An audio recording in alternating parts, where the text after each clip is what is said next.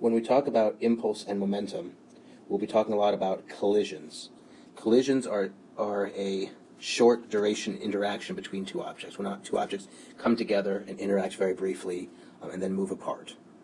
For example, we have a tennis ball being hit by a tennis racket. In that case, it happens very quickly that the ball is hit by the tennis racket, and then the ball flies off across the tennis court. It happens very quickly, but it's not instantaneous. You can see that here in the fact that the ball is flattened against the tennis racket. The ball was a sphere, and it takes some amount of time to compress the ball. And then as the racket follows through, the ball will rebound and head off from the racket. That's more time as the ball re-expands to its spherical shape. It's still interacting with the racket over that amount of time. The force of the racket being applied to the ball over that very short amount of time is the impulse that is applied to the ball, which changes its momentum. A large force exerted for a small interval of time is what's called an impulsive force. This impulsive force is what we're talking about when we're looking at a change in momentum.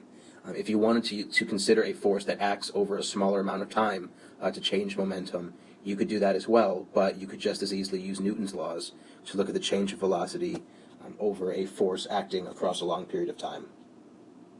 When we think of an impulsive force, we think of a situation like this, where we have a ball that's being thrown against a wall. Once the ball hits the wall, there's a normal force, essentially, that the wall is pushing back on the ball. If the wall was not pushing on it, the ball would continue on through the wall, and so there must be a normal force to keep the ball from going through. After the ball collides with the wall, we see some deformation here of the ball. It squishes a little bit as it hits, and then it will rebound and it will go in the opposite direction. This is what we mean by an impulsive force. In this situation, our impulse is a change in momentum, which is a force applied over a very short amount of time. We know that the amount of time is very small, measured in milliseconds often. The change in momentum can be fairly large, and thus the force has to be very, very large so that when it's multiplied by a very, very small number, is a kind of medium-sized amount. When we look at this as a graph, we look at the force as a function of time, and we see that there's zero force on the ball as it's moving. The force on the ball is increasing as the ball begins to compress. There's an instant of maximum compression where the ball is squished in as far as it can be. Then it starts rebounding outwards, and the ball is expanding back outwards. And as it does, its interaction with the wall decreases, and then as the ball is heading off back in the opposite direction, there's no more force on it. This shaded area is the impulse.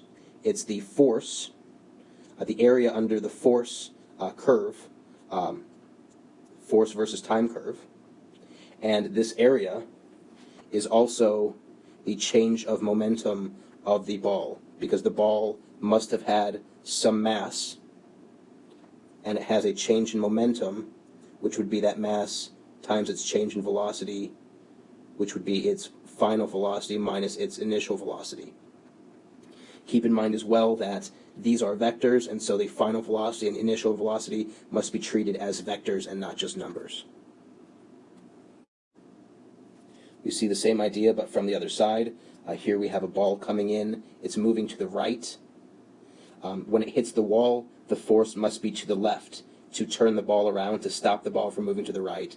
As the ball rebounds, it'll be moving to the left, and so the force must be accelerating the ball to the left in the negative force direction to turn the ball from a positive velocity to a negative velocity.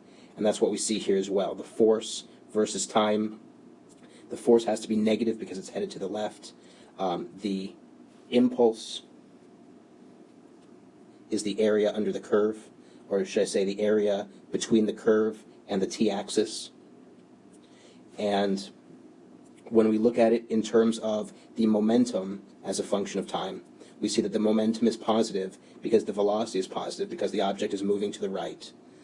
As the object collides with the wall, it begins to feel a negative force. It begins to have a negative impulse. The momentum of the object begins to decrease.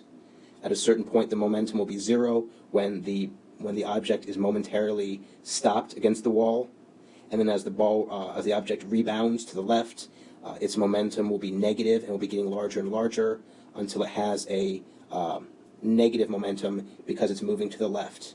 And we see that the change in momentum is equal to the amount of impulse that we found, this area between the force curve and the time axis.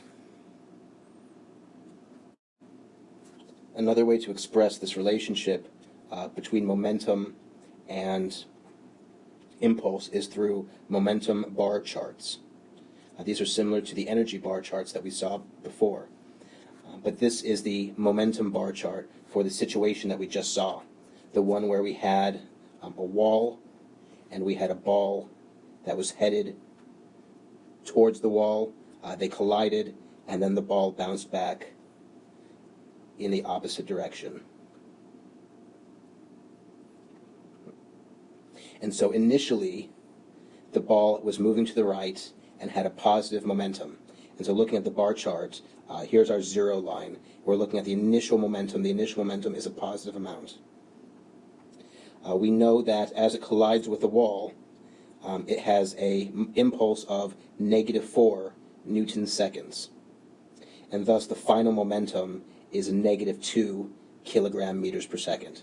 And that's what we saw from the collision here, that we know what the momentum is coming in, we know what the momentum is coming out, and that helps us find the impulse that it takes to balance out this bar chart. If we know that we have a +2 to begin with and a -2 at the end,